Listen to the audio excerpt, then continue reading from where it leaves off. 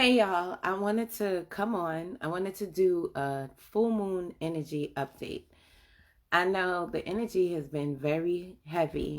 And the reason why the energy is so heavy is because the new moon was in Scorpio and it was on a you new moon was like on the cusp of Scorpio and Sagittarius. So now the new moon coming in is between Taurus and Gemini.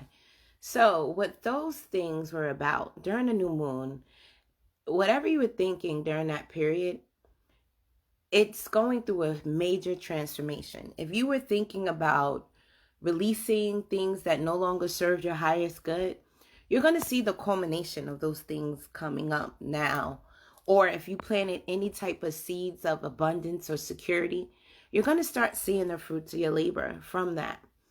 Now, in the part of discarding things that no longer serve your highest good, we need to look deeper into that. And we need to start being more selective about who is in our circle of influence. Your circle of influence is whoever you interact on a day-to-day basis that you go to for advice and different things like that. So, with that being said, let's talk about a topic that has come up. And that is, what do you do when there's disloyalty in that circle of influence that you have built? How do you address those things?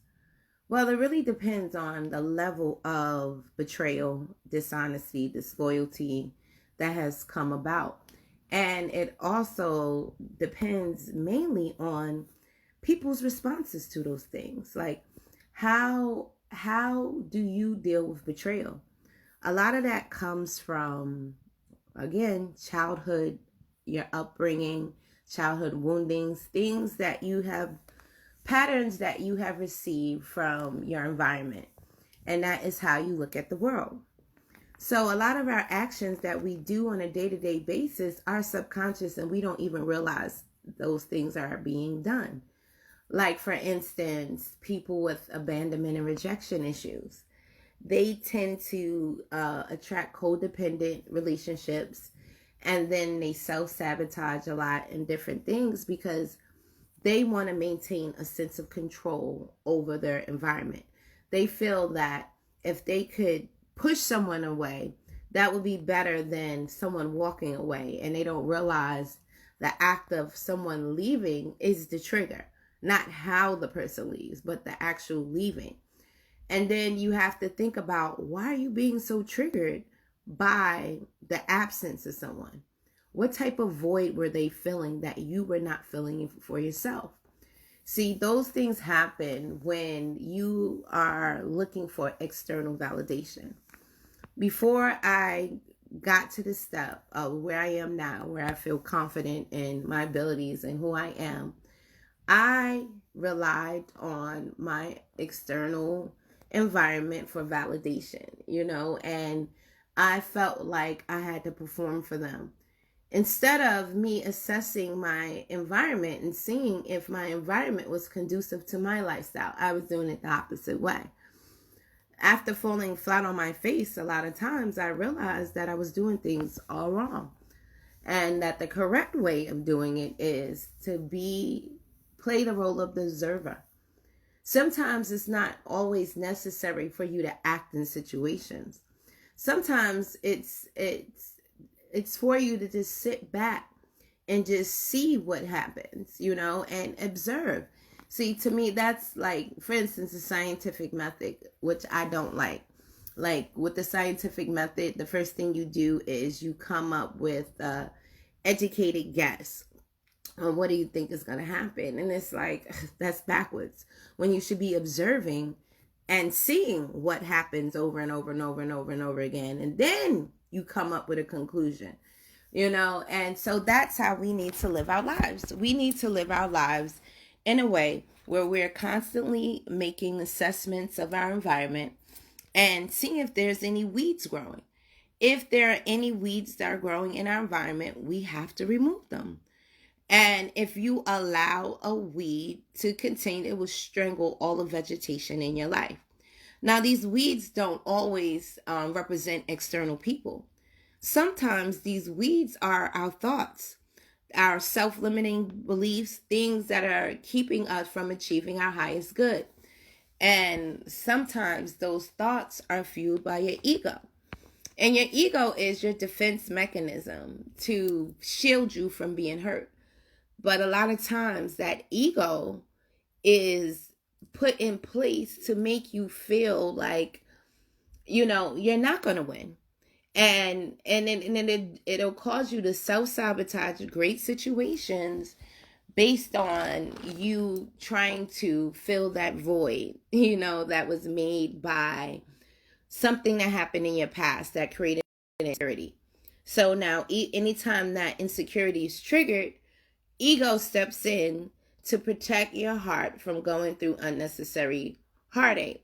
But like I said, a lot of times that ego will lead you into heartache. So you have to make an honest assessment on when you are encountering any type of disagreements within your life. You have to think about what is your objective in having that discussion, and make sure that objective is constantly being met. If your objective is peace, then being petty and sarcastic and little jabs and childish, immature ways of handling situations are not going to work. When you are dealing with conflict resolution, you have to handle the matter at hand. You can't push it under the rug and pretend it doesn't exist, because that's not showing accountability. So it already happened. It cannot be changed. So address what happened and address ways on moving forward so that doesn't occur again.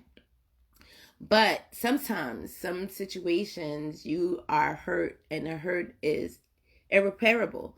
You cannot get over that pain. And when that happens, it still reflects back to self. Like, what is it that has your ego triggered so much where you feel that, you can't go on anymore? And a lot of times that comes from us putting people on pedestals that they didn't ask to be on. And then when they fall short of those expectations that we didn't even inform them of, then we're upset. Now we're hurt. Now we're, going through things. We have to understand nobody on this planet is perfect. We all make mistakes. And if you look into your past, you can see that whatever qualm you have within someone, you've made a similar mistake like that one time in your life. It might not be on the same magnitude, because if it was, you would just co-sign the behavior. But it had to be exaggerated so you could do the self-work. Anytime you get upset externally, it always represents inner turmoil. Because sometimes what we do is we create situations with our thoughts. Like, if you have a good mate and you're constantly thinking that mate is stepping out and they're not, they're going to eventually step out because you're putting that energy out there and you're shifting the paradigm to make sure that is a reality. So rather than focusing on, oh, I don't want somebody to cheat on me, I don't want them to do this, that, and the third, why don't you work on the things that could bring security in your relationship? And what are those things? The only people that would know are you and your mate. And that's when intimacy comes in. Intimacy. That's when you can sit eye to eye and y'all can share insecurities and things that you've gone through, and even come up with practical solutions and encouraging one another from that state. And one thing I've learned is you can't practice being in a relationship outside of a relationship. Because you could think you could do all the self-work by yourself, but there's no interaction with anyone else. So if there's no interaction, then how are you going to move on and know that it whatever self-work you did actually works? You won't know until you get into a relationship. And that's why people will find themselves in the same relationship with a different face over and over, because there was certain self-work that was not done. And that can only be achieved within a relationship. But as your self-work is done, you'll start seeing your relationships level up accordingly. Like your contributions will start being matched in a way that you feel that you are being replenished, that you're not just giving and not receiving as much in return. But that doesn't happen until you reach that level of confidence. You have to be confident within yourself. And one way I do that is I tell my clients to make a book of achievements. Write down every achievement you've ever had. I don't care if it's you drew a picture in fifth grade and your mother put it on the refrigerator. Whatever achievements that you can think of, put in this book. No matter how small, how big, put it in there. And so whenever you're feeling low in self-worth, you just go to that book. And then it reminds you of who you are. And then you'll have a reason to hold your head up in every situation, you know? So, yeah, I just want to keep this light and bright. I want you to focus on what it is that you truly desire and want to manifest. Don't think about what you don't want anymore. Think about nurturing relationships and ways that you can nurture your relationships into ones that you are proud of, you know? And so, yeah, I want to keep it sweet on that note. Happy manifestations. Oh, and one little side note. This is for all my little magis out there. Okay. Stop teaching magic to people who have not gone through the proper channels.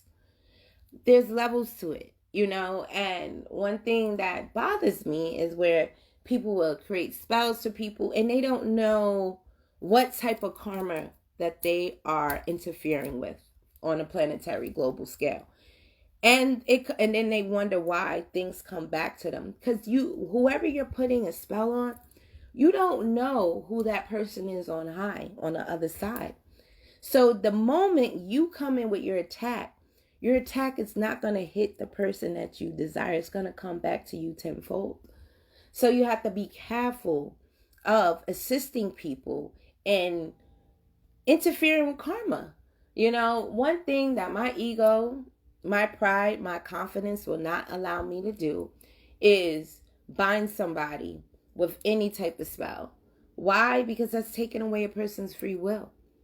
And it's like, you know, I'm not fearful of any type of how would you say, I'm not competition. You know, I don't believe in competition. The only competition I have is with myself. Because why? I have one job to do in this planet. And that job is to be a better person than I was yesterday and a better person tomorrow than I was today. And when I do that, I win every day. There's no competition. Why? Because there's only one me. So since there's only one me, there can't be any competition. And that's how I want you to start looking at life. Stop being in competition with your brothers and your sisters and your neighbors and your coworkers and different things like that. Be in competition with yourself. You understand? When you realize that there is no one on the planet that can do the job that you've been sent here to do, there is no reason for you to have to put spells on anyone.